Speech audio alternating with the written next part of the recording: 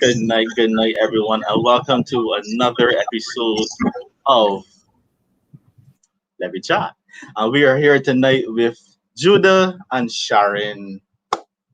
Judah and Sharon, how y'all doing? I ain't see Good y'all. night. Yes, it's been a while since we've all been together. I'm well. How are you, Sharon? I'm doing well. I'm doing good. It's nice to see two of you as well and have three of us together once again. Yes, a lot of people might not know, but we are actually co-hosts of a show previously called Locked and Loaded, which is currently on a break, right? So we're here again, right? So I'm very excited to have Sharon and Judah here alongside me tonight as we discuss relationship goals. Now, this is a very interesting subject. No, actually, we're going to get into the polls first. Now, we had three interesting questions that we asked, right? And listen, the response was so overwhelming. So overwhelming. So I just want to thank everyone first and foremost for actually replying to the polls and elaborating on your reasons, whether you said yes or no. But before we get into the polls, remember to subscribe, like, comment, and share this video. Yeah? So yes, we asked a question. The first question was, have you ever been in a toxic relationship? Now, as I said, the response was overwhelming. And 157 people said yes, they have been in a toxic relationship, and 72 persons said no. Now, I found it good. It was very commendable that a lot of people have not been in toxic relationships. That's good. Like I commend that. Yeah. Dodging all the red flags altogether, right? But as we can see, the majority of persons have been in toxic relationships. 107 persons from our polls. That was a total of 229 persons that we got those responses from. Now, just a question to the audience: have any of you been in toxic relationships? Good night, Trey. How you doing? How you doing, sir? Hi, Trey. Good Pleasure to have night. you. Pleasure to have you. Good night, Rolene. How are you doing? Thank you for joining. Yeah, so have any of you been in toxic relationships, any point of your life? If there's any comments, you can let us know. And Judah and Sharon, what about you guys? I think it's so interesting that you commenting first, but okay. I mean, good night, Justine. Good night, Kivana. Thanks for joining, everyone. Good night, everyone. It's short. Hold on. Rolene is saying, well, I have no comment whatsoever. We move. We move. So well, I would say yes. The short answer to that is yes. I have experienced toxic relationships before in my lifetime. So yeah, okay. my short life of 23 years. Yes. Okay. What about you, Sharon? I don't think so. No, I wouldn't say so. Yeah, I'm one of those. How many persons said no? I'm one of those persons. It was 72 persons. Right, so count that as 73. Good night, Sarah. Nice. No problem. Right, so our next question was, would you stay in a relationship with someone who has cheated on you? Now, this question would receive a lot of heat. I mean, and the responses, the elaborations we got from this were, I was surprised. Like, I was honestly surprised. I was paying attention to a lot of the yes because I wanted to know why. So 37 people said yes, and 225 persons said no. They would not stay in a relationship with someone who cheated on them. Right. Some mixed responses, but we understand the feeling of the majority. Exactly. But I really wanted to know why, and unfortunately, I didn't get a lot of persons responding, explaining why they would stay in a relationship with someone that cheated on them. And I think we all know of a recent internet explosion about, something like this, a married couple. But yeah, I digress. But it's like, why? Why would someone stay in a relationship with someone who's cheating on them? Can anyone in the chat, guys, y'all can let me know. If y'all know why, y'all can let me know. But I personally don't know why. Judah and Sharon, I mean, help me out. Help me out. Sharon, you want to take the first line? Because I have some ideas. I don't, Judah. But I think this is such a complex, like complicated thing. Yes. I think it's like individual to each person. It's also possible that persons who said yes were persons who cheated and would prefer that people may want, people want their person that they cheated on to stay with them. That is a possibility. You never know. But I'm very interested in seeing some of the stuff that these persons would have said, just to see where their minds were. Yeah, I think it could be a mixed situation too, because some people, first, before I say what I wanted to say, I think we can also make a distinction between if we're talking about just relationships or marriage, because perhaps some people may have thought about it in the context of marriage and they decided, I'm going to work through that with my spouse. So I would decide yes to stay. Otherwise, some people might say they would stay because, they would forgive the person, or because of their response to the following question, which was if they believe people can change, all these different reasons. And of course, being in toxic relationships, the psychological effects of that could also be another reason why people would decide that they'll stay. True, and I think I have heard when I actually put the question out there, I've heard a response. Someone was saying, because especially if it's a marriage and they've built so much, to stay for business purposes, and I was just like, oh, okay, so that's a real thing. That's an actual thing. It's like you spent so many years building up basically an empire, and then someone just decided to cheat, to be unfaithful, and just like, do we really need to go through this process? It's just a question. Do we really need to go through that process? And it's just like, so it's like, I guess it's like, why you staying to in that relationship. We actually have a comment here from Rolene. Rolene is saying cheating, though a common phenomenon, is very an individual case. Each person has their own reason for staying, depending on their person and their strength in the relationship.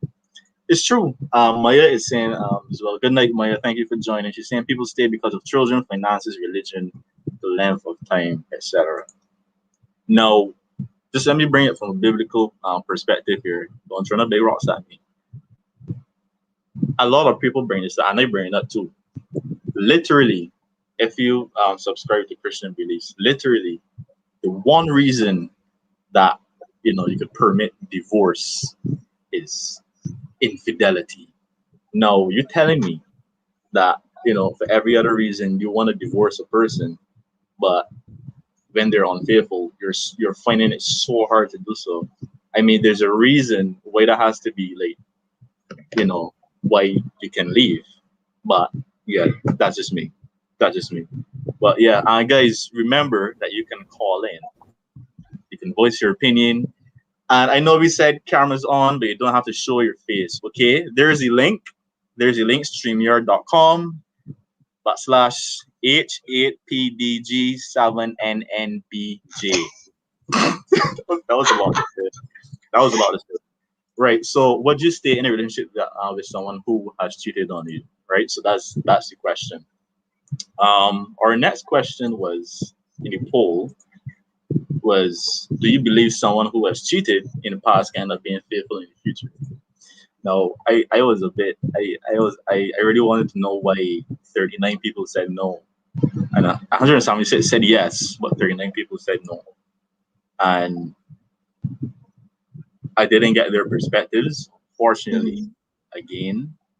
But I mean, persons when it comes to cheating, someone said, I remember someone said, and we posted it on our Instagram. Someone said yes, they believe that they can end up being faithful in the future, but not with me. I wouldn't be that partner. No problem. Right, I saw that. That's good that you have that hope for that person. I was just like, that was funny, right? So yeah, I just want to highlight a couple comments here. Rolene is saying, just because cheating took place, it does not automatically mean the relationship is toxic. It's true. It's a very valid point. That's interesting. Interesting. I would say very interesting. I mean, if Rolene is saying, don't throw the whole relationship away because it might be salvageable, I understand that. But cheating, infidelity, adultery is a very toxic thing that did happen. So I understand if we're making a differentiation there between the entire relationship needing the garbage versus this just being a moment in time that has happened. Yeah, correct. Because it's possible that after someone cheats, right? I mean, you may not be able to trust the person as much before because what were the circumstances behind that cheating, right? Like, did they tell you that they were going to work and then they went with somebody? Like, what about the next time they tell you that they're going to work? You know, that would be on your head. You see, yeah, and that's where a lot of insecurity builds up as well, because persons would say that they would stay in the relationship, yes, for the length of time and all that. But I was having a conversation with someone and it was like, okay, you say you're going to stay in this relationship, but then for you, the person who's been cheated on, the next time you start to detect that kind of behavior, you start to feel so small, you start to feel so insecure about it, and then you try to hide it because you're trying to make it seem, okay, I told this person I'm going to get over it, we're going to work through this, but then it just seems that you're going back to square one when something triggers you of that memory or of that whole experience that you've been through. Now, on the flip side, for the person who has cheated, if they express the guilt and they decided to work on the relationship, etc., that person could become insecure as well, because it's like, okay, I cheated, I made a huge mistake, and it's like, I really hope that my partner don't cheat on me too to get back at me. Like, why don't want to stay in this relationship with me? It's like, wait, they should leave. Right? So then when your partner starts doing things that reminds you of things that that was leading up to your cheating, although what they're doing might be genuine and they're telling the truth, you know that you are being deceitful. So it just kind of triggers that, yo, I really hope that it happened. So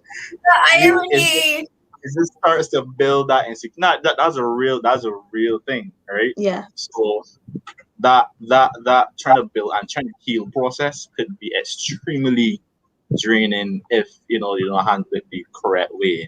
Correct. But I think that's a personal decision between those persons if they want to heal from that situation or if they want to go their separate ways. Sorry, Judah, you were saying. No, I agree with you. I definitely agree with that. And I think what Rolene just said is also very important. She said there's a common notion that once a cheater, always a cheater. This may be a reason for someone saying no to people changing. And for me, when I shared the polls on my social media, quite a few responses were along those lines. Like the trust is not there anymore, and so on. So people felt like this is what it is, and from that moment on, that's the end of our relationship. Why do I need to try again? You've already broken what we went into together, so what's the point? Because I don't believe that you have that capacity. But on the other hand, a lot of people from my end were also saying, people can change, and I think that is an interesting narrative to consider as well. Yes, I agree. It's true. I mean, yeah, and I would always say it's up to those persons what they want to do. Yeah. But if you decide to extend grace, it's great. If you decide not to, no problem. Don't feel bad about it. Just make a decision and stick to it. Yeah.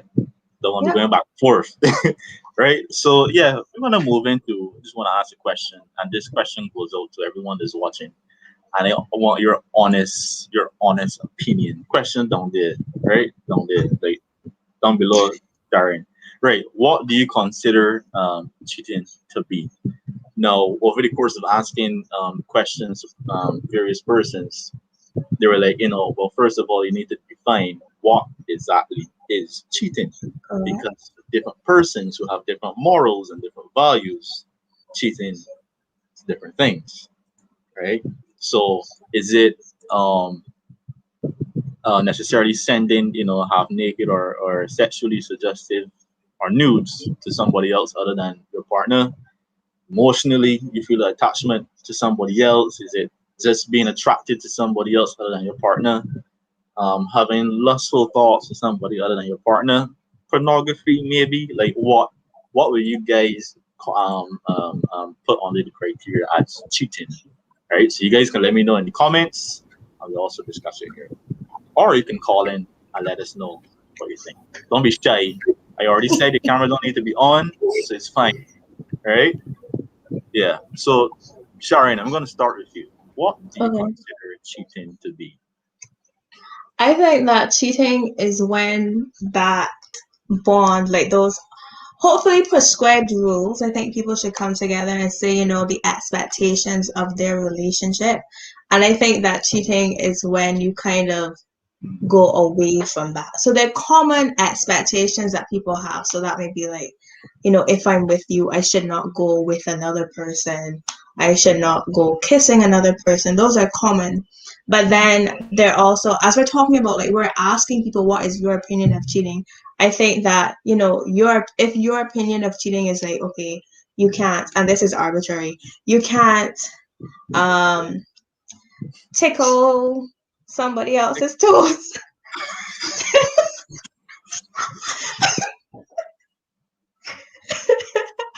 And then like you go tickle toes, right? Like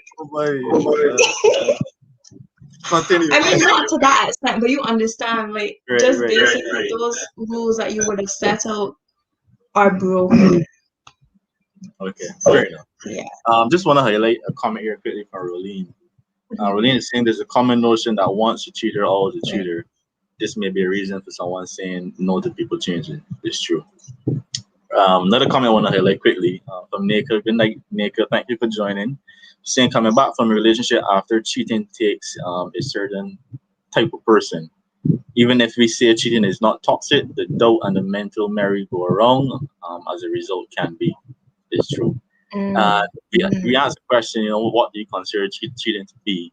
And a very smart guy, Culture Cumberbatch, will say, if she buys your fat for another man, it's cheating, to be honest.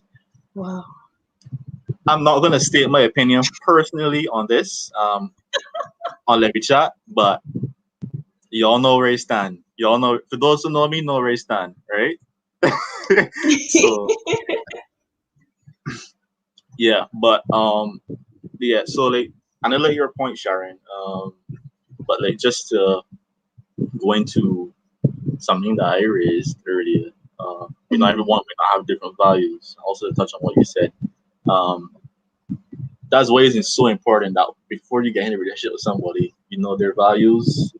You know that if this person like to go on party, and this is a big one. If this person like to go on party and dance on people, if that's cheating for you, they need to state that in the early.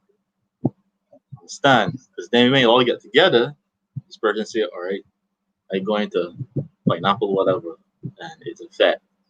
Say, all right, you ain't coming, but you're going, right?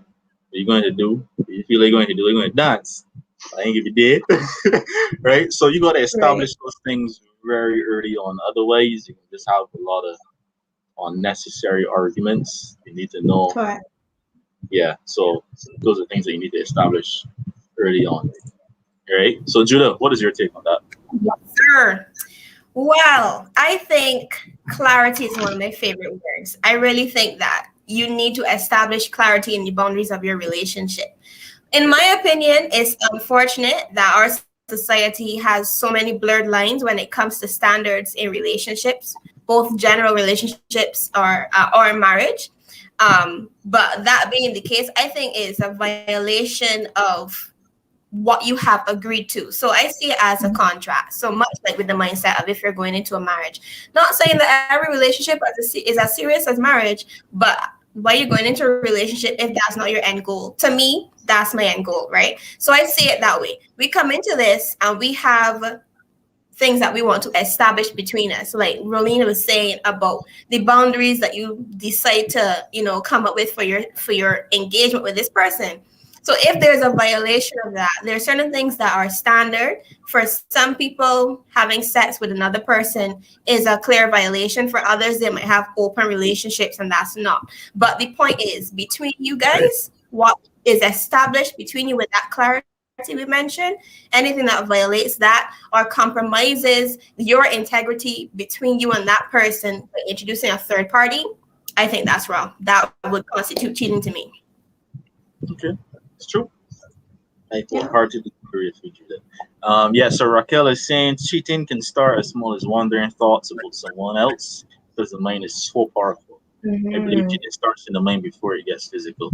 I believe this too. I So believe do that. I. I believe that with all my heart. Rolene is saying, I believe anything that compromises the established boundaries set by you and your partner with relation to this can be cheating. It is very much dependent on the individuals. It's true. Right. Mario is saying, like Mario, I think cheating starts with the intent and desire to step outside the relationship, the little things which should occur only within that relationship. Yes, I like that. All valid, all true. Mm-hmm. Thank you for your contribution, guys. And yeah, um, yeah. So then you have to ask yourself: is it cheating if both persons agree that it's okay to do something? Then within their relationship, it's not cheating for them, as we said. But if like you're cheating for persons in another relationship because they hold different values Right. or different morals, right? So these are things that we have to keep in mind. So yeah. I have a question here. Yeah, It might be go ahead. jumping a little ahead, but my question problem. is, even if it doesn't constitute cheating for you two, does that mean it's not toxic though? I think that's an interesting thing as well. It is. It is. It is. Yeah, go ahead. I would say that, yeah, because it's not like your relationship is just thriving only on the fact that two people are not cheating on each other in your terms, or in their terms rather. So even if there is something that is happening that is toxic, it is causing that relationship itself to be toxic. So even though person A and person B are saying that they are not cheating on each other, those actions, if they are causing the degradation of the relationship, then I would say yes, like it's toxic. And I think that's something that people need to, make frequent assessments and evaluations of what they're doing in a relationship. So even if they don't say, okay, like, I don't think this is cheating, but is this beneficial? Is this helping the relationship? Right. So, lovely point, Sharon. So it's like, even though it might be okay to us, doesn't necessarily mean that it is not damaging. So if you're calling, if you're anything and you're saying, well, it's cool, we could do it, not necessarily mean it wouldn't, harm you, right? And it's so true. Yeah, I just want to highlight another comment from Rolene. Rolene is saying, also doing something that makes you jealous or triggers your insecurities does not equate to cheating. It may be weakness you need to address for yourself and not even for your partner. Let them know. I like Yeah, I like that. Right. Mario is saying many people live in relationships. Mario, what you had to do them so far? Why Mario? Right. So our next question is, dear. why do persons cheat? And I want to, ask this question first to the audience, so y'all can let us know why. What goes on in a person's mind, when they're about to cheat. When they do cheat, is it premeditated? Because I personally believe, like your actions have to be a result of your thoughts, and it doesn't matter when those thoughts started. That is, you having those thoughts and how to start sometime, right? So if you're not constantly in a certain mindset, or your brain doesn't shift to a certain mindset or certain thoughts at some point in time, then yeah, shit is saying if it ain't toxic, it ain't right. Y'all doing the most today. But yeah, let us know why do persons cheat? Wow. In sending out the poll, I got a very interesting response to this question. The person said to me, a male, because I remember someone was asking earlier about the gender representation in the poll. So a male said to me that a person would not cheat if they were happy with the situation they're in. And that if that changes, so if they become happy with the situation they're in, they would no longer cheat. I'm just laying that out there because I was a little bit kerfuffled. But that's one perspective. People cheat because they're unhappy with their situation. But why not just take it the conversation with their partner? Is it a case where, and I mean, is on a relationship basis? It really depends on relationship, what happened in a relationship, because I believe if something's happening, talk to your partner. Don't just get vexed and go and talk to somebody else and start. But that's you. That's the thing. That is Glenn. Other people don't always think that way. And it's true, but that's why we need to educate people, though. But that's Glenn, right? So it's like for me, for me, like that's your road to go. Mhm. If your partner isn't listening to you and still doing what they want to do, seek counseling, whether it's individually or as a couple. One has to work, seek that counseling, and if not, if you realize it's still not working out, then call the relationship quits. Don't cheat. Just get out of the relationship. I mean, it sounds simple, but I know it's not. But go ahead, Sharon. I was saying that I understand where that person who commented, I understand where they're coming from. I'm not saying that it's right. I'm not saying that it is right. But the question is, why do people cheat? And that could be a reason for some people. And not everyone is open to communicate. Not everyone is open to receive certain types of communication. So let's say a person thought that it would be a dead end to try to communicate to their partner, and they wanted something or wanted some sort of treatment before they wanted that resolution, right? Then that could be an avenue that they take. Not saying that it is a problem. Not saying that it is right. Not saying that it is right, but it could be a reason for some people. Gotcha. Yeah, I think the bottom line for me is it does depend on the individual, because some persons go through the most. Some people have really negative situations. The other person might not be doing something or a series of things that would benefit the relationship. There could have been conflict for the longest while, but they still decide to be faithful because that's their principle for themselves. They are not going to be somebody who is unfaithful, regardless of what the other person does. So I kind of feel like it can be seen as a cop-out when people base their reason for cheating on something the other person was doing or was not doing, compared to it just being a principle that they don't hold fast to for themselves. If you are not faithful, you're not. It has to be something that's within you. Right. Thank you. And I we have a call in actually, but just before go to them, I want to highlight this comment from Emily that is generating a lot of traction in comments. Emily's asking, would you all say that someone can cheat through seeking emotional satisfaction also in their relationship? For example, a person having a close friend of the opposite sex that they lean on frequently. Mario responded, I say yes. I say yes too, Mario. I think yes. Emily wants to clarify. Emily is saying the person is never physically involved or flirty or anything like that, but they heavily depend on that person in a way that they don't depend on their significant other. That's a huge problem. That's a huge problem. Judo, go ahead. Sorry.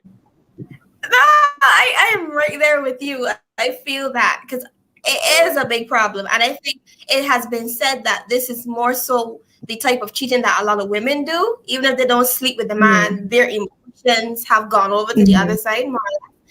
And it goes back to, that's why it's going to have a standard. For me, it goes back to my definition. Whatever is supposed to exist in the context of our relationship is ours, between us. So if I take my emotions to another man, whether I'm married or not, that's outside of the relationship. So to me, that is cheating. Plus, anything can happen. Like we said, a lot of people said it starts in the mind. So if you're thinking this way, that you rely on this other person, you have this connection to them that you don't have your significant other, then your emotions get involved, whether you're male or female. What exactly is stopping you from taking it further? And even not having to get to that point, you've already gone so in your mind. Like I'm thinking of that scripture that said, I think it's in Matthew, right, Glenn? That says, if a man looks on a woman and desires to be with her in his heart, he's already committed adultery. So I think with it being a matter of the heart, if you're already there emotionally, you're already there. It's true.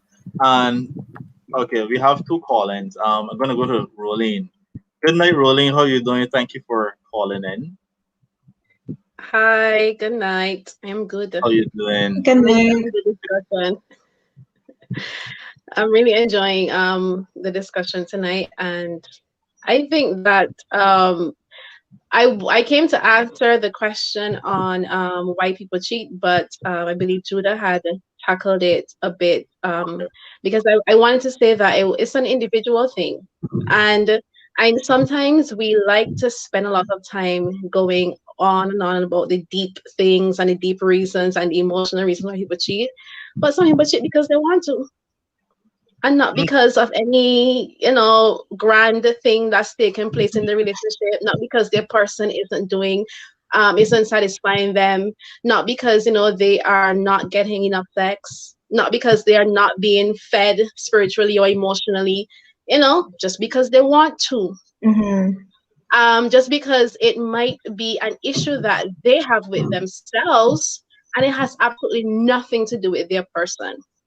And they might be addicted to sex too. For those who do that, for those who have participate in physical cheating, they might have other insecurities and whatever the cases that they're dealing with.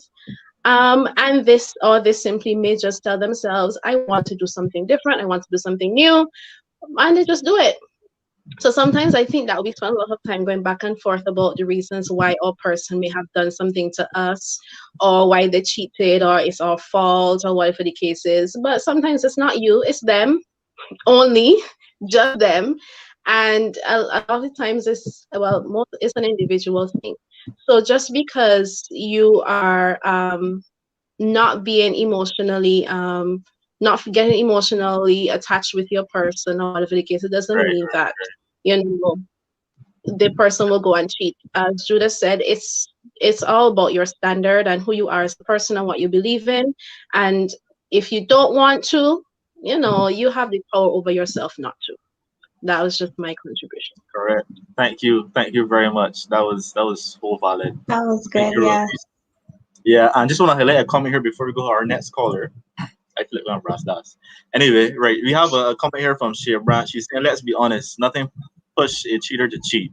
Cheaters just cheat. They can provide them with a perfect partner according to their standards, and they will still find a reason to step out. Solid. Thank you, guys. I'm just going to highlight another caller. We have, just going to add to the feed. Good night. How are you doing?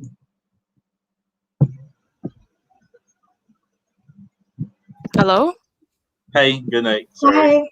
Hi, good night. Can you hear me clearly? Yes, please. And do you mind if I not turn on my camera? Yeah, that's fine. Oh, okay. I called to answer the initial question, and then I got to what the other topic was at the time. I believe it's on a personal level, as everybody stated before, and it's taking responsibility from your partner and putting it on yourself, because you shouldn't be dependent on anybody to bring you happiness anyway. As the answer, as my point of view, sorry. So far, the comment that was made, not the comment, the question that was posed, asking if you can depend on another person, on your friend, for emotional support or emotional satisfaction outside of your relationship, if that would be considered cheating. I don't think it is, because I have long-standing friends of the opposite sex who depend on emotionally and for moral support, and there is a strictly platonic relationship. Right. So I don't think that it should play a big factor in when I'm in a relationship, because they were my long-standing friends before I was even in this relationship, and they played that role before. I get that I have my partner now, but if I have a partner, this may even cause another issue.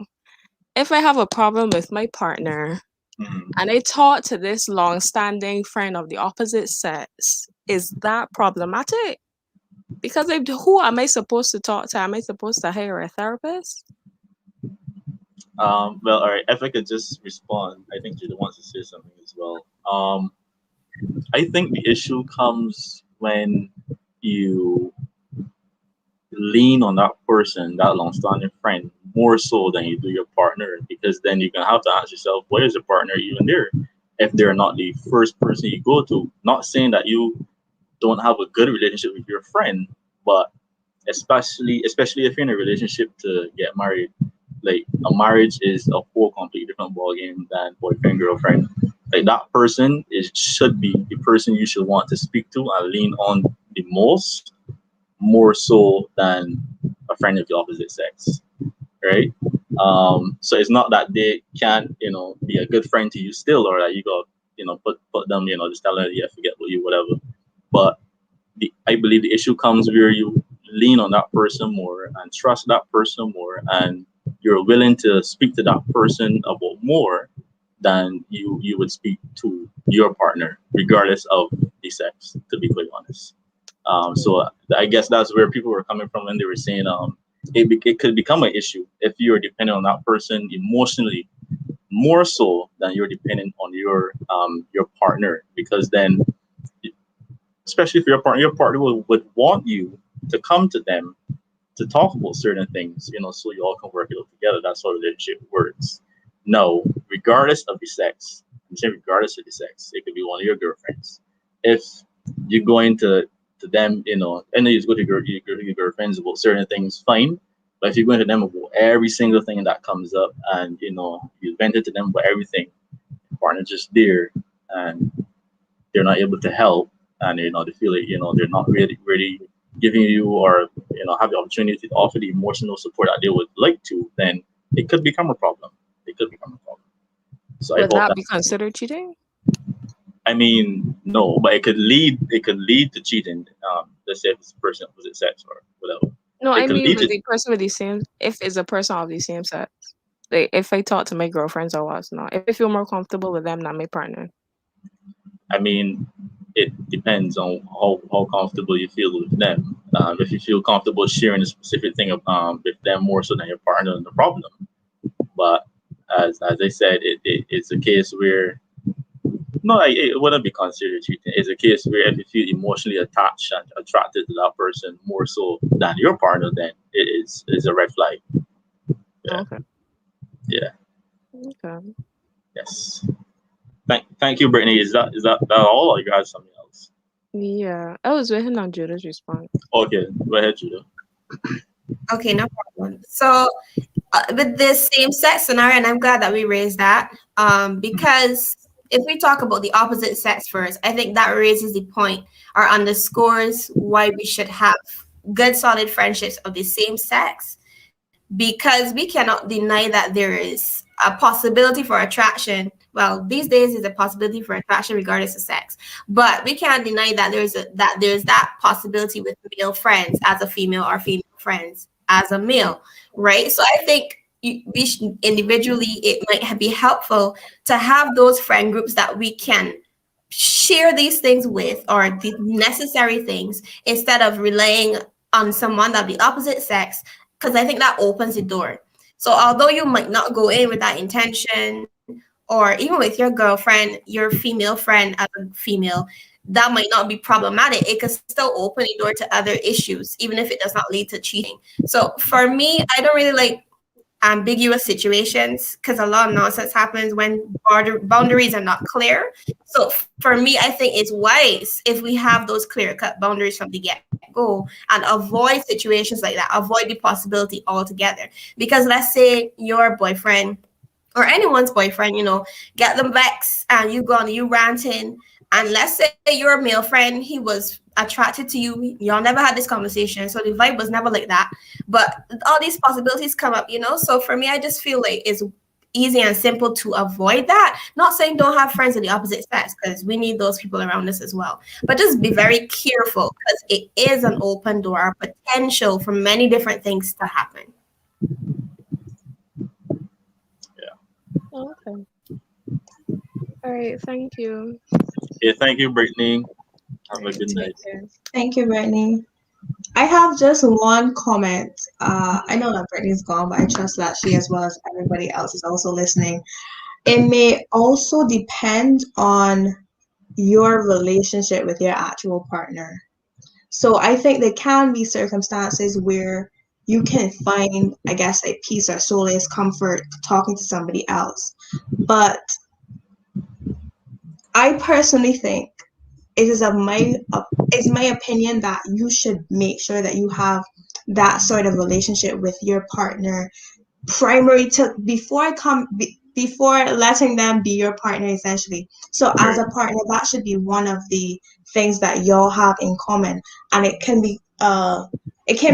occur something where it's like, okay, you're with someone and y'all don't have that relationship, so then you may look for that in somebody else. But one thing that you should look for in a person that you want to call your partner is that emotional, that emotional connection, that ability for you to be able to relate to them well. Yeah, definitely. So I really like that. That's a really good point. Yeah, thanks, Sharon. And let me just say, I'm just overwhelmed with the response in the comment section. I can't even keep up, but thank you guys for your responses and for your input. Thank you. All right. But we actually just want to move into toxic relationships and what those actually look like.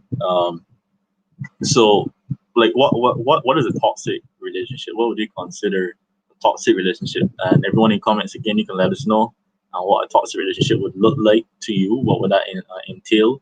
Again, as we've been saying, the internet, it depends on the individual's values and morals and what is actually toxic. Like 101, toxicity 101, we would know. But just to know that toxic relationships could either be physically or psychologically damaging. Also know that all toxic relationships are not hopeless. Right? But it's also good to know that you should not be working on anything alone, especially if it's not a problem that you cause. You can't fix a relationship on your own. That's something that I believe strongly. Both persons have to be working at it, especially if it's an issue that involves both of you. I can understand if there's a particular part of yourself that you need to work on to help the relationship to grow. But if it's an issue that your partner is causing, like, it leads a lot of people, especially persons with low self-esteem. It leads those kind of people, they take on the entire burden of the relationship, and they're so psychologically damaged by what's going on in the relationship, and they still try to fix everything by themselves. And it just takes them straight into depression, straight into suicidal thoughts, and it just hackers them like indefinitely.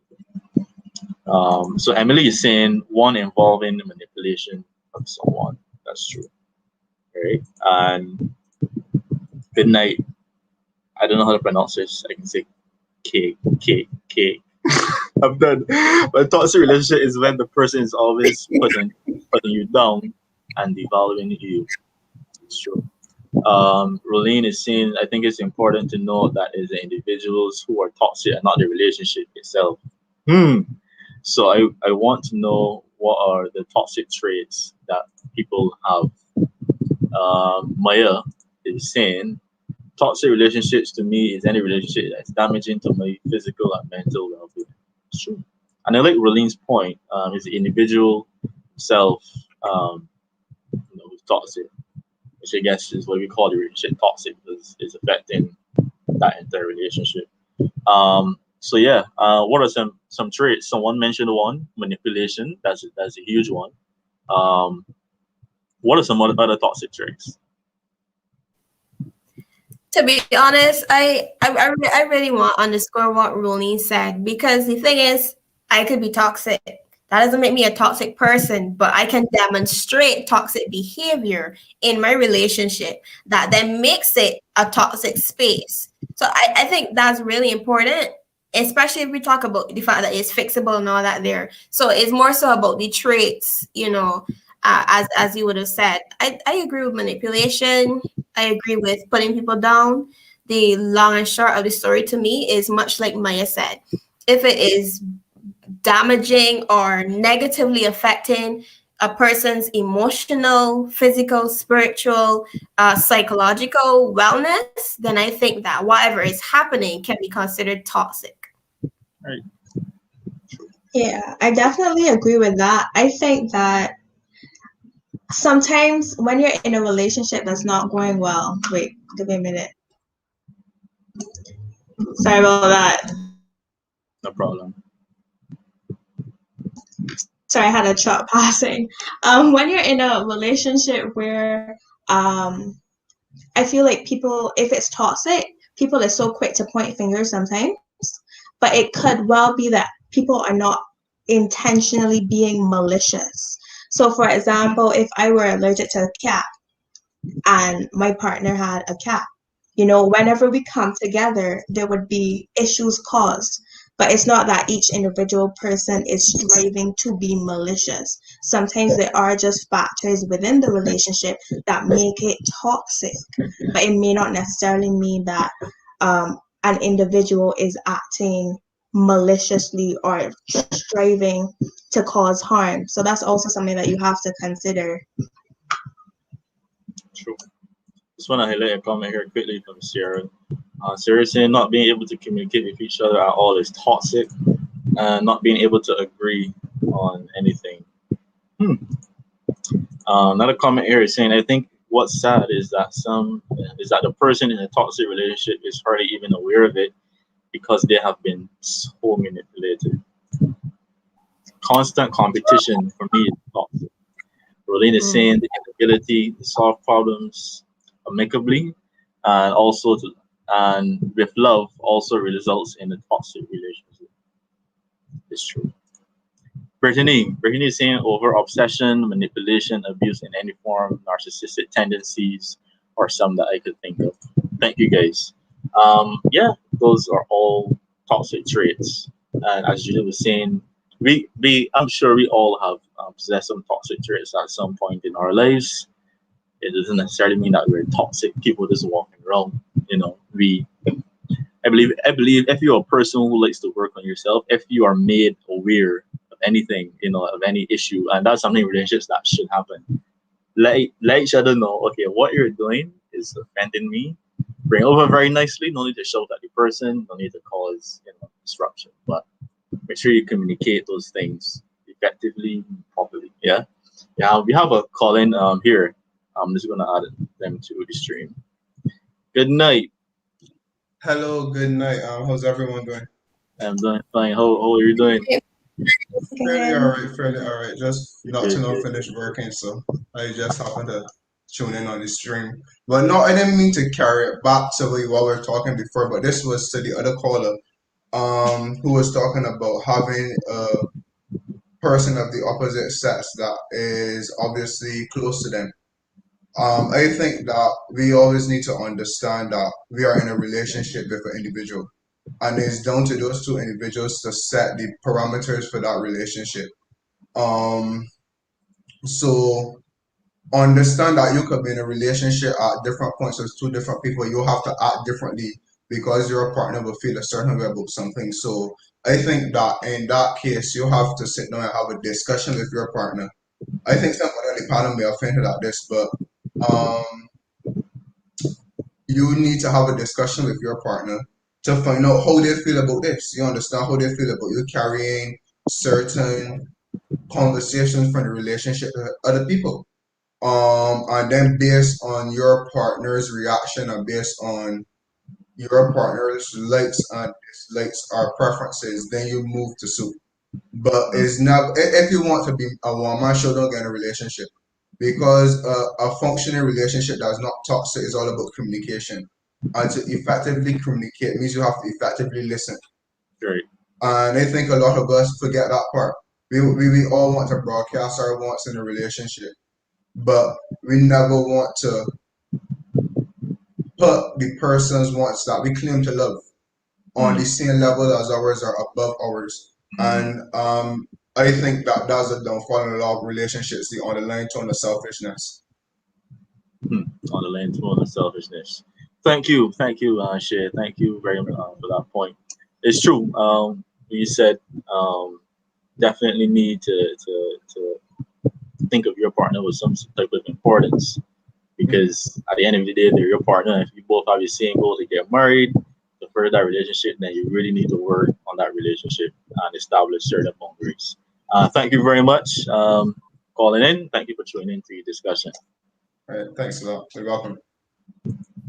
Right.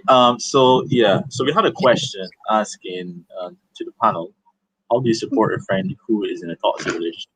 Now, Brittany already answered. Brittany said, "Tell them get to." Brittany, we want you on next week. Let me chat. But yeah, I'm gonna let one of you ladies go first. Yeah. I think that awareness is very important. Because if we look a little further down, the same person that asked the question also said sometimes they cannot see the need to leave. Easier to identify the problems when you're not directly involved. So that awareness needs to be there. The individual needs to know, listen, where you are right now is actually hurting you, whether or not you see that. And as a friend, I would seek to help my friend see that, because a lot of the times we're in, and I've been in toxic situations and toxic relationships where I didn't see, and I needed that friend or that family member to pull me out from the outside and say, look at this, look at what's happening, look at how you've changed, look at how this is affecting your health, physically, emotionally, whatever. And when people see, sometimes that changes perspective, because our perspective is in terms of what we see, right? So I would start there, because I don't think anybody really wants to be in a situation that is hurting them. They just might not see that it's hurting them. So that would be where I would start in terms of helping my friend in that way. Okay. Over you, Sharon. I agree. Like Judah took the words out of my mind. That's essentially what I think is one of the best things to do, because I don't think that you should just sit down. If you're a friend, like, you shouldn't just sit down and let it happen. You should do something. You should definitely say something, reach out some way. That's so important.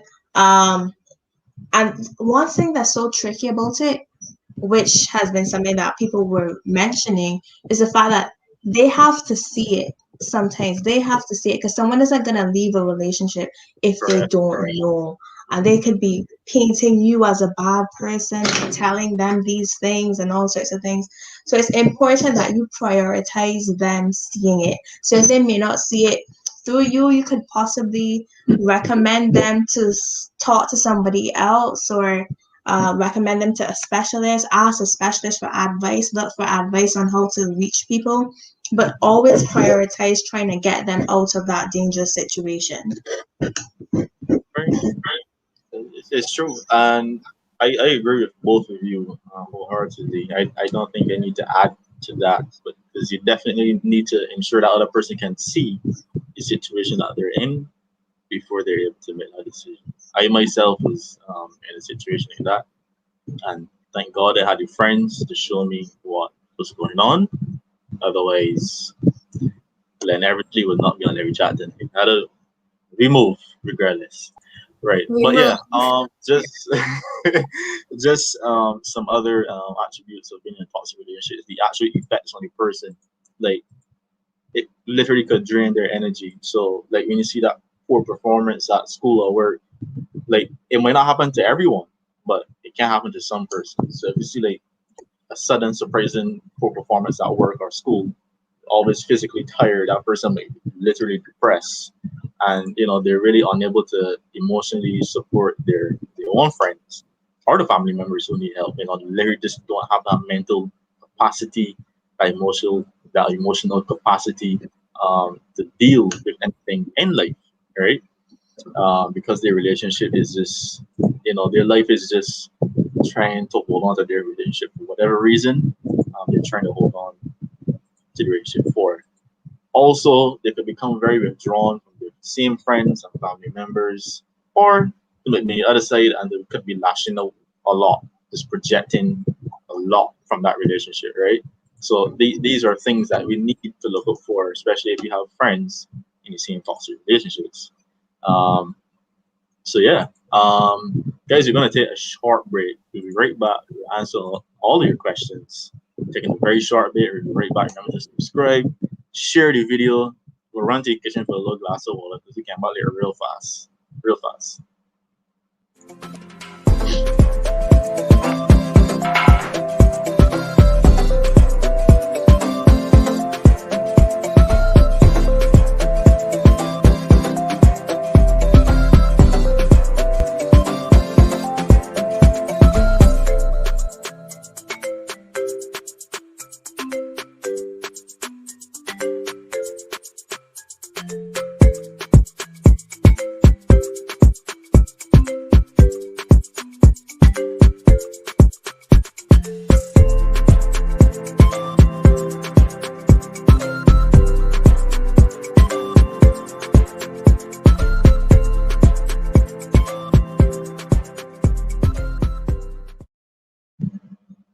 welcome back to Lewwe Chat. Yeah. Yeah, actually we have a call in.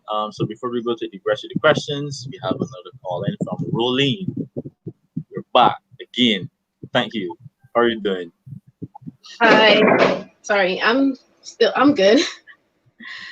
I'm trying to remember my point. Oh, yes. I wanted to say about the whole idea of being toxic. All of us have weaknesses.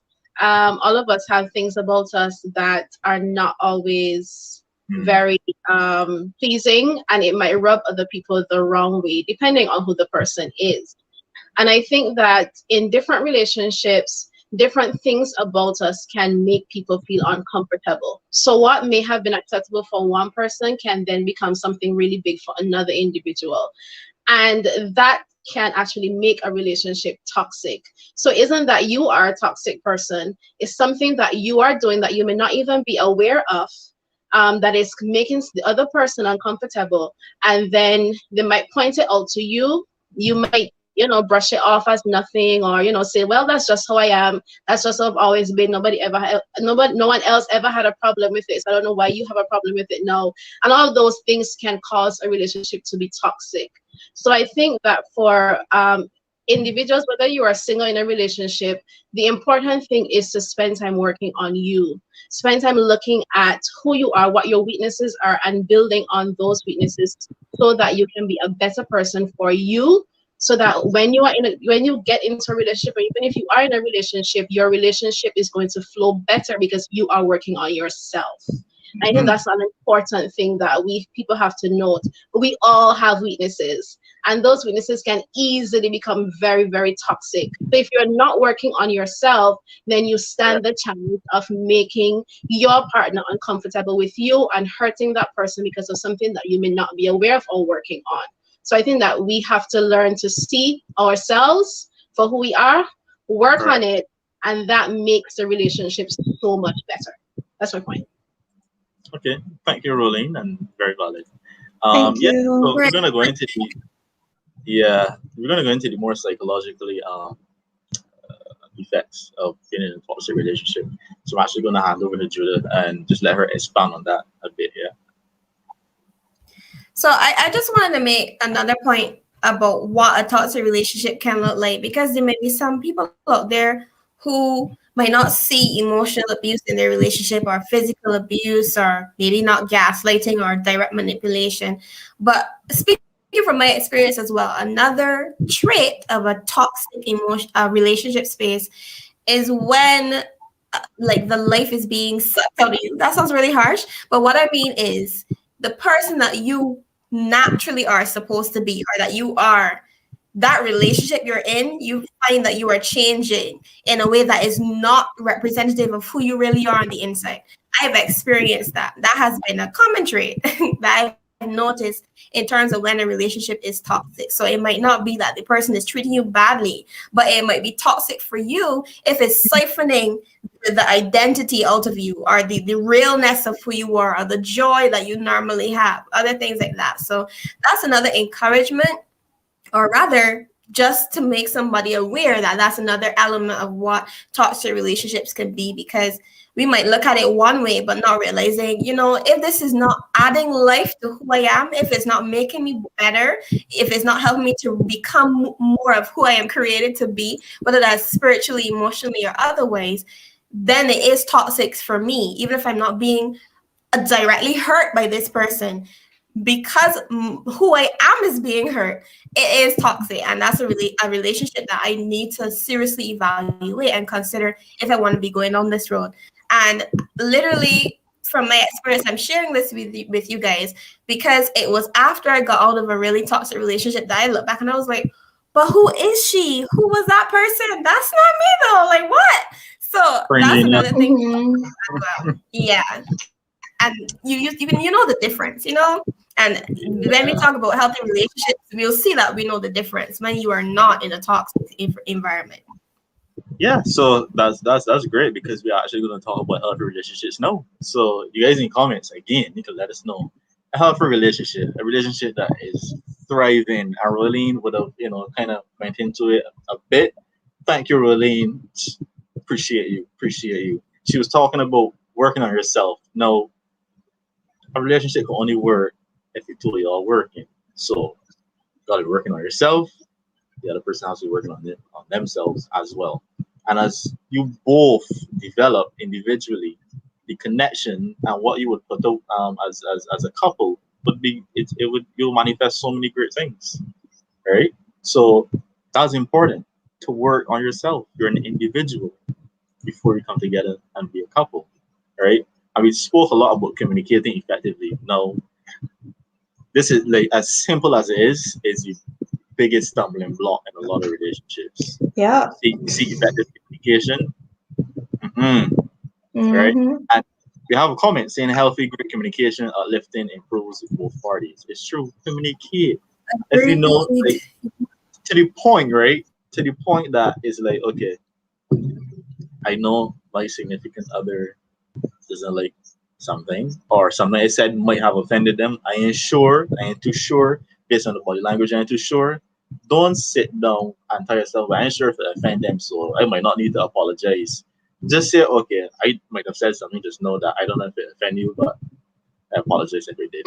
Simple things like that. Simple things like that could change the dynamic of your relationship so much. So much. Simple things like that. That communication. So when you feel that in your spirit to say something, say it. Right? Don't say, oh, well, you ain't said nothing, so I didn't know about it. Like, don't. That's all right.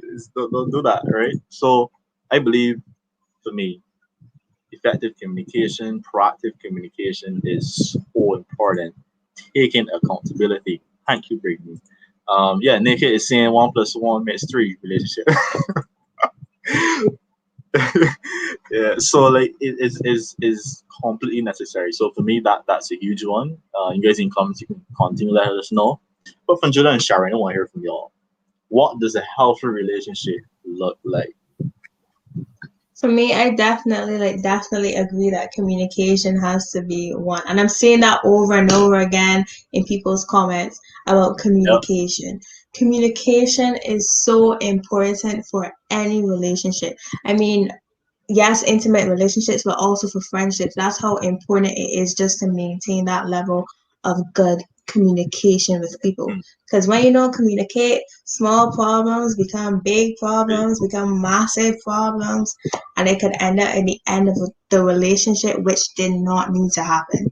So definitely ensure that you're communicating and communicate about any and everything. Maybe not, you might not want to say everything depending on the level or the stage that the relationship is at, but be sure that when something is annoying you, let them know.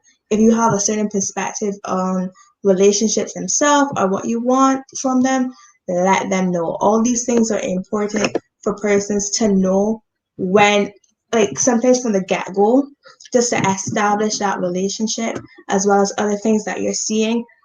Tell them as soon as it happens, so that it's not a long-standing problem. That's definitely like one thing that is so important for me.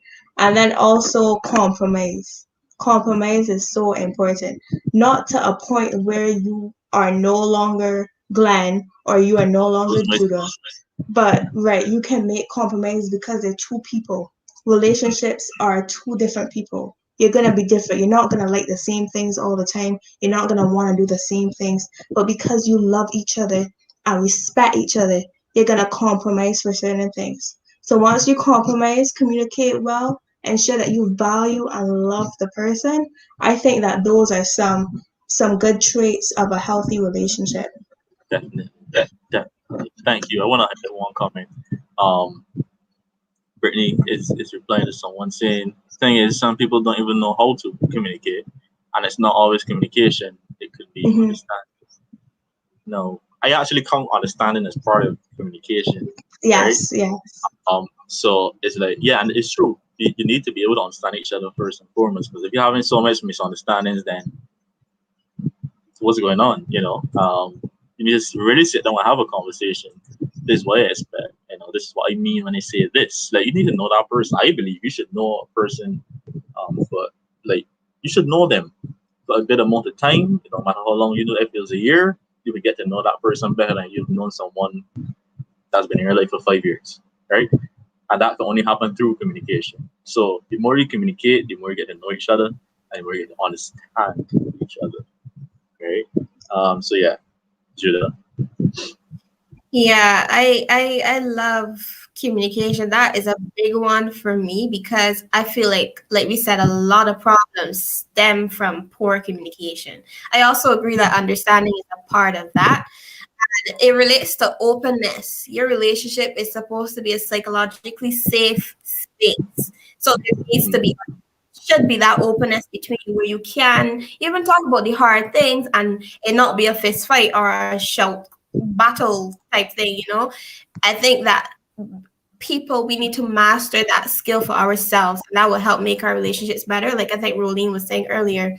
And I think that relates back to Shay's point. He said, you know, essentially he was making the point about being selfless and not selfish, because when we are selfless, we consider the other person, which then helps us to compromise. And I see compromise a little differently because people often feel a negative connotation from that word. But I think about compromise like this. If I have piece of the puzzle and my piece looks different to yours, but we're making, even though we're going to make it fit, we're combining these two things to make our situation better. We're creating establishing a new framework where the two of us, we're on the same page. So if I don't like sugar in my tea and you do, when you're making tea for me, you know that you're not going to put in as much sugar because I don't like it. That's not a bad thing, right? So I think it's about considering what the other person needs and what you two are combining in order to make your relationship, because it's a unique thing, right? It's a unique vibe. Another thing about healthy relationships, I mean, there's so much you could say, like literally there's a whole list that we could talk about. But I think trust is another one. And a massive one for me stems from the point I made earlier. When you are able to grow in and flourish as who you are. So there's no pressure to be anybody else, to live up to some imperfect or unreachable standard. There's no pressure to morph who you are into some pretty package to give to this person so they appreciate you. It's about that space where I water you, you water me. You fertilize my plants, I fertilize your plants, everybody growing out here, right? In the way that we're supposed to. I don't think it should be forced, and I don't think that it should be a space where there's much conflict. If there's going to be conflict, let it be the challenges that add positively to your growth. So that's like a small bit of what I think a healthy relationship looks like. Nice. That was great. Yeah. That was lovely. I just want to say one thing on in terms of communication, like advice for people. I know someone, I can't remember who it was, but said that, yeah, communication's good, but not everyone knows how to. And I would say, and I suggest people go and find out how to communicate. Like you can, there literally courses on communication. If you don't want to take a course, you can go look it up or talk to someone about how to communicate. But it is so important for you to build that healthy communication. And some of us think we know how to communicate, but we don't really know how to communicate, or we don't know how to communicate well with someone as a significant other. And it's so important that you learn how to do that. So I would encourage people, if you can, try to learn how to communicate. Try to get information from knowledgeable persons about communication and healthy communication, and that can help you in all your relationships. It's true. It's true. Thanks, Sharon. Someone is asking question to the panel. What do you think is so much easier for people to end in a toxic relationship as opposed to a healthy one? And I just want to go back, just piggyback on what Rolene was saying all night.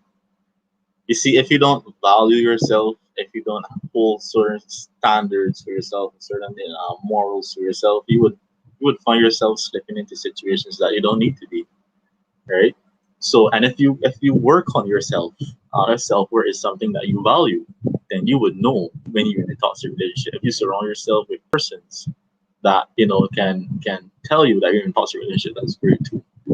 But ending up in one, first, I believe you need to know who you're getting into a relationship with. I strongly believe that you can pick up red flags extremely early.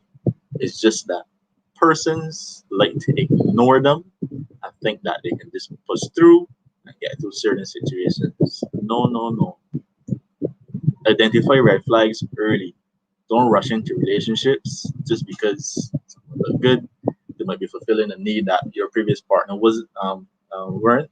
So don't hold on to those things. Look at those red flags. Look at what you want in your partner, and you have to think long term as well, because something that might be cute to you today could be extremely annoying 5 years from now, right? So get to know that person. It's always about getting to know that person and getting to know yourself, right? So you just have to be so aware. It's possible. Let me tell you all, it's possible to be in a healthy relationship. You can have toxic traits, but that does not mean that your relationship is toxic. Once you're all working on things together, and once you're working on yourself, and it's knowing you're working on yourself and you're working on a relationship, is great, right? So eventually those toxic traits will disappear and they'll be gone as long as you are working on yourself. That is my I agree, and I want to add to that because I'm amusing myself here. But the question said, "Why do you think it's so much easier?" And my response is because it's so much easier. Because people don't want to do what is necessary to build a healthy relationship. It takes patience. It takes being intentional. It takes selflessness. It takes checking yourself to see, first of all, am I just kind of with this person because they're filling some void that I have within me? Is this temporary satisfaction I'm seeking? And then down the road, it's like, wait, hold up, this is not really what I bargained for. So I think it starts at how you end up in that space to begin with. Because healthy relationships, people will say it takes work. For me, that doesn't mean it's hard, or well, it might be challenging, but that doesn't mean it's like the worst thing in the world or like all this labor that you have to do. But if you want something to last, you have to build it well. And a lot of us might want to skip the steps and ignore the shoddy foundation because we're seeing some glamorous picture that we have in our minds. When a lot of times what we are forsaking now is the very things we really want for the future, like Glenn said. So I encourage all of us to take stock of why you're getting with this person. Why are you talking to this person? Why are you interacting with them on that level to begin with? Are you trying to feed those very insecurities that were mentioned earlier? Is this person doing something for you that you want because of whatever fleeting reason? Or it could be something more serious than that. It doesn't have to be superficial, but really and truly, what are you sacrificing, or what might you be sacrificing because you want to just feel whatever for now? So long term, putting in the work, all of that, it takes more than just getting with the person to satisfy whatever might be, tickling your fancy at the moment. Yeah, I agree with that, Judah. One thing that came to my mind as well is the fact that sometimes people are just so caught up in feelings. Some people get little feelings about something, and that's when, like Glenn said, they ignore the red flags because they're following their heart, and they're just going based on the nice feelings that the person may be giving them. So yeah, the person might make you feel all good and things like that. So then when you see those clear signs, you ignore them. But then because of that, after y'all mature and you are with the person for a longer period of time, then those red flags get bigger and they get more like harmful to you. And then you realize that I am kind of in a bad situation. So I definitely think that, feelings can be strong, but you have to learn to use your head as well, to always be thinking and evaluating things and always look towards the future in a present situation. Like, okay, if you see something small, how would this affect me in the future? How would this affect me long term? So you should always be wise when you're making these sort of important decisions. Yeah, because it's not a temporary thing. These things affect our lives. If a relationship can affect you mentally, emotionally, spiritually, physically, it's a big deal. So we have to take stock of these important questions before we get into it, before we get committed, or before we end up in bondage. Correct. It's true, and it's so funny that these relationships, toxic relationships, are always the most, oh well, are difficult relationships to break out of. Persons always have a hard time trying to escape these relationships, even when you show them the different red flags. It just seems impossible for them to do.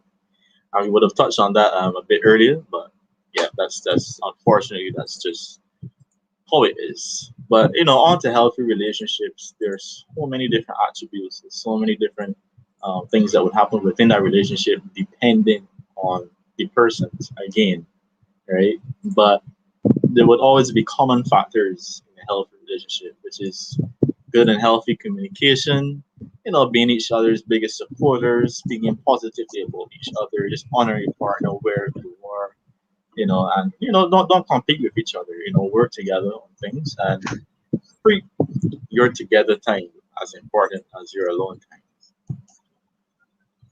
Right? So yeah, like there's so many benefits to a healthy relationship. But as Judah and Sharon is saying, you have to put in the work. You can't receive anything good, great, if you don't put in the work. That's just the rule of life. With anything, you gotta put in the work, right? So I encourage anyone who is not in a relationship as yet or in talking stage.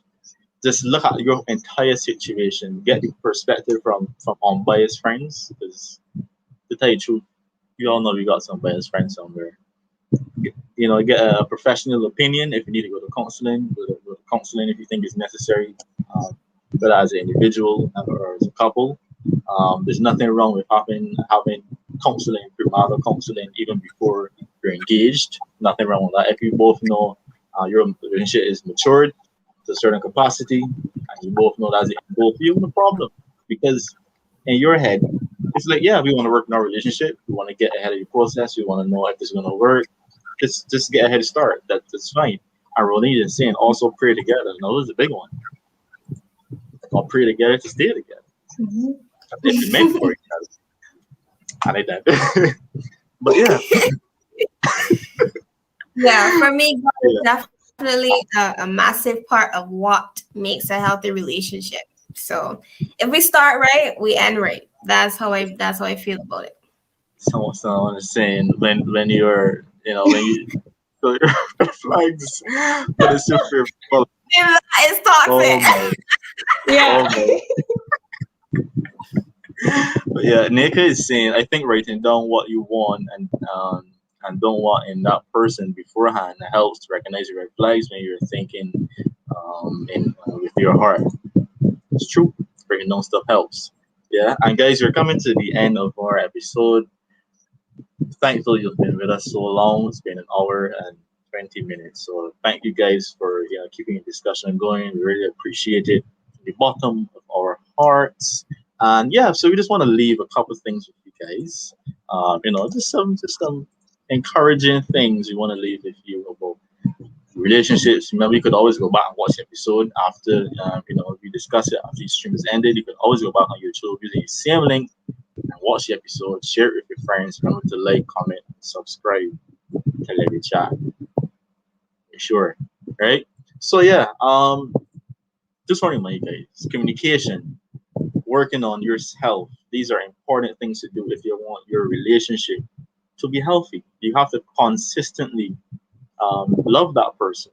And remember, love is just feelings. Love is an action, that you portray despite of your circumstances, right? So yeah, thank you. So like guys, just remember, like it's attainable. Healthy relationship is attainable. You can receive it, manifest it in life. Do not settle for less. You deserve so much more. You deserve all the best, right? So don't settle for any less. Don't do it just because you might be tired of bouncing from relationship to relationship or person to person. Stop. Just stop, pause, reflect, work on yourself. Yes. Just spend that time yourself and just work on yourself and just encourage yourself, speak some positive things into your life. Go and discover, go and travel, whatever you want to do. Work on yourself, right? And set those boundaries and notice red flags early before you start talking to somebody else or before you start, following your feelings, to get in a relationship with somebody else. It's a big decision. It's a decision that's going to affect your life, literally. Yep. Right? So you want to think about it's like we put more thought into buying a house and a car than to get in a relationship. It's like, I should really get this car. Like, it's so much thinking, so much paperwork, everything. Shit, all right? Yeah, no problem. He's my girl. You make it simple. That's it. But we want you to take that same approach in your relationship. Vet everything you gotta know if this is for you. You have to know because that is a decision that will impact your mental, physical, spiritual, emotional health, either negatively or positively. So you gotta know, right? So that's just my takeaways. Sharon, Judah. Yeah, I would say I love those takeaways and I encourage all of you to remember them and to take them to heart. But once again, like I would have said, learn how to communicate if you don't know how to communicate. That's a big thing for me.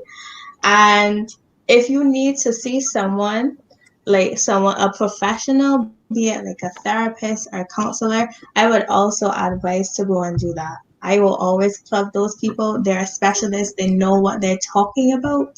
So that's another thing that I would add. If you find yourself in a relationship and whether you're not sure about it or you're confident about it, you can still go and get guidance and advice and things like that. Yeah. Judah? Yeah, I agree. I mean, this is a necessary conversation. And even though it might have been uncomfortable at certain points for some of us, it's conversations like this we need to be having before you make that kind of decision, And I just want to encourage everyone to feel value enough for themselves that they would want to make sure they're making the right decision. Because it often starts there, like Glenn has said earlier. So remember that you deserve a positive relationship as much as the next person, and we should want this for ourselves and then go down the path necessary to seek this for our long-term well-being. And also, God is good, guys. I'm saying that to say that oftentimes when we let go of negative stuff, whether within ourselves or in terms of relationships or not, oftentimes that's when we're then able to find the right things for us. And I can say this from personal experience. So it doesn't end up being a toxic it doesn't end up being a toxic relationship. It doesn't end up being toxic yourself. There is hope, as and many people said this in the polls on my end too, that God can make changes. And I want to say that coming out of toxic relationships, situationships, all the Asianships, that He has been faithful to help me find that good thing, So there's hope, guys. Be encouraged out there. Make those wise choices and know that you deserve that healthy relationship. Definitely. I love it. Thank you guys for joining. But just before you go, we gotta plug somebody tonight. And I know you all love who we plugged the week before, but also last week. But we're going back to the week before. Right. So the week before, Lewwe, Saturday menu. I know Bajans love food. Any Bajans here watching? I know you love your food. Saturday, the only day this weekend you could actually go out is a long weekend, so go and stock up on some food. So Lewwe cuisine, curbside pickup, St. George, the middle of Barbados. You can't see it far. You literally cannot see it far. I don't care where you live, right? So yes, you have your pizza wings combo. You have so many different toppings. You have wings. Let me just say, and I'm not just saying this because it's being promoted. But I personally believe, these are the best wings in Barbados. Can't nobody tell me. Right. So you have pizza, wings, and you have that's actually more to the menu than this. You could get some fries and chicken thigh, chicken leg, chicken breast, whatever you want. Right. So hit up Lewwe. The number is 245-0946 or 254-8869. Or you can follow them on Instagram at Ley_KAY. So go and pick up your food this weekend, guys. So yeah. So everyone, thank you for joining again. Thank you for everyone who was called in. I mean, I really like the call-in edition. To be honest, I loved it. Yeah. I really feel like I'm gonna work at Starcom. All right, I done. Yeah. But yeah, thank you everyone who has joined us tonight. I really appreciate it. We love you guys. Thank you for always coming back to Lewwe Chat. Make sure you follow us on Instagram because where all our updates go. So yeah, and just want to say thank you from the bottom of my heart. Yes, thank you for coming, Maya. Just want to allow Judah and Sharon to say goodbye before we go. Thank you so much for having us, Glenn. I know, like you said earlier, we miss each other from the other show that we've done, but it was really good to be together tonight and have this conversation. So shout out to everyone, all the Lewwe Chat family. It was good to be here. For sure. And yeah, if you guys it was. Sorry, I was just saying, if they're curious about what show we were on before, it's called Locked and Loaded. It's on Echo Nation's YouTube channel, so you can always go and watch us there. Yeah. Yeah, but I just want to say thanks again for the invitation. It was amazing. And thank you to all watching and those who were interacting, sending their questions, their perspectives, calling in. I thought it was a really great session, as people are saying. So yes, I hope you all take some good information from this. Remember the takeaways. Share it with your friends, because this is some really, really great information that everyone needs to know. Yeah, definitely. Yeah, so thank you guys for joining. I really appreciate being with you once again. Hopefully we'll do this sometime in the future very soon. And yeah, good night everyone. Enjoy the long weekend. Happy Easter. Happy Easter. Happy Easter. Night, everyone.